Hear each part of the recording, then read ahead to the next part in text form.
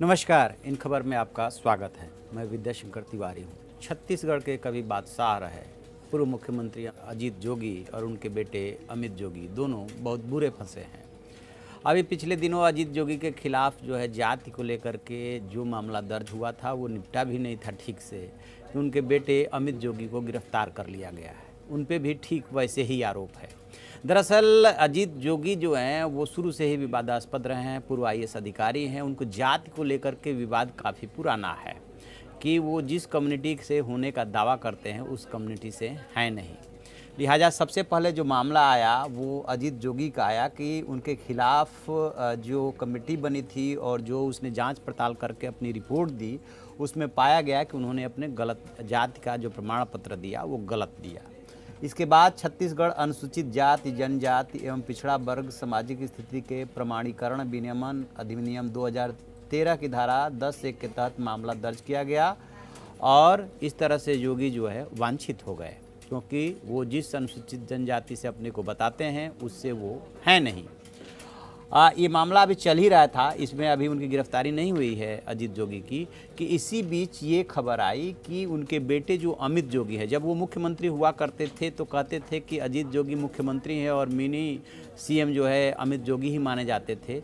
पूरे प्रदेश में उनके ठेके हुआ करते थे और वही सब डिसाइड किया करते थे। तो अमित जोगी पे आरोप है कि उन्होंने अपने जाति और जन्म स्थान दोनों के बारे में गलत जानकारी दी। उनका जन्म जो है साल 1978 में ग्राम सरबहरा गौरेला बताया गया, जबकि वास्तव में उनका जन्म जो है 1977 में जो है डगलास टेक्सास अमेरिका में हुआ था। तो इस तरह से जन्म तिथि यानी कि ईयर उसमें गलत है और जहाँ का क्लेम किया गया वो भी गलत है। इस मामले में फिर जो है हुआ क्या था कि जो 2013 के विधानसभा चुनाव में मरवाही विधानसभा क्षेत्र से बीजेपी की प्रत्याशी रही समीरा पैकरा ने जो है शिकायत की थी। सबसे पहले वो इस मामले को लेकर के हाई कोर्ट गई थी। हाई कोर्ट ने ये कहा कि चूंकि 2000 के बाद जो 5 साल के लिए विधानसभा गठित हुई वो 2018 में उसका कार्यकाल खत्म हो गया, लिहाजा अब आपकी याचिका को स्वीकार करने या उस पर डिसीजन देने का कोई मतलब नहीं, मतलब एक तरह से उसको खारिज कर दिया।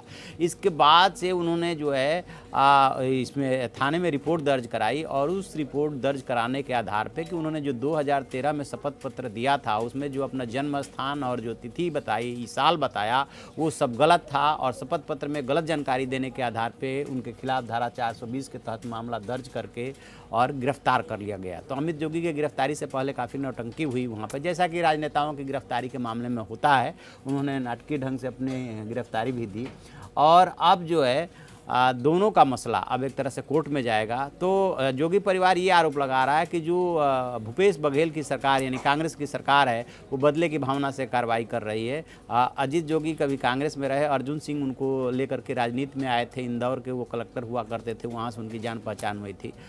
उसके बाद से जब छत्तीसगढ़ बना तो छत्तीसगढ़ के पहले CM बने, उनका पूरा सिक्का चलता था। लेकिन बाद के दिनों में चूंकि वो अति महत्वाकांक्षी माने जाते हैं तो धीरे धीरे जो 10 जनपद से उनकी दूरियां हैं वो बढ़ती चली गई किन्हीं वजहों से और वो कांग्रेस में एक तरह से किनारे हो गए। तो बाद में उन्होंने छत्तीसगढ़ जनता कांग्रेस पार्टी बना ली और कहा यह जाता है कि उन्हीं की बदौलत वो रमन सिंह से अपना साठगांठ कर लेते थे, जिसकी वजह से बीजेपी 15 साल तक वहाँ पर रही।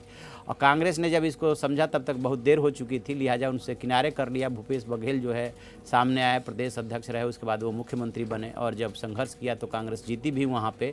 तो माना यह जाता है कि अजीत जोगी ने कांग्रेस को छत्तीसगढ़ में कमज़ोर करने का काम किया। तो इस तरह से कांग्रेस से अब उनकी अदावत हो गई और बाप बेटे बहुत पहले से निशाने पे इसलिए है कि कांग्रेस कार्यकर्ताओं की उनसे नाराज़गी भी है। तो इस तरह से दोनों के खिलाफ जो मामला दर्ज हुआ है वो आपराधिक मामला दर्ज हुआ है। एक बाप पे जो है वो जाति गलत बताने का आरोप है और बेटे पे जो है जन्म स्थान और तिथि गलत बताने का आरोप है, यानी कि आरोप मिलते जुलते हैं। स्वाभाविक सी बात है कि जब बाप के जाति जो है गलत पाई गई तो बेटे का भी उस पर असर पड़ेगा, वो अलग मामला है। तब देखते हैं कि आगे अब इसमें और क्या क्या होता है, क्योंकि FIR के बाद गिरफ्तारी के बाद आप मुकदमा लड़िए और बीजेपी ने कंप्लेंट की थी और कांग्रेस को कार्रवाई करने का मौका मिल गया। तो आप ऐसी खबरों के लिए देखते रहिए हमारा डिजिटल चैनल इन खबर। Thank you. इन खबर चैनल को सब्सक्राइब करें और बेल आइकन दबाना ना भूलें।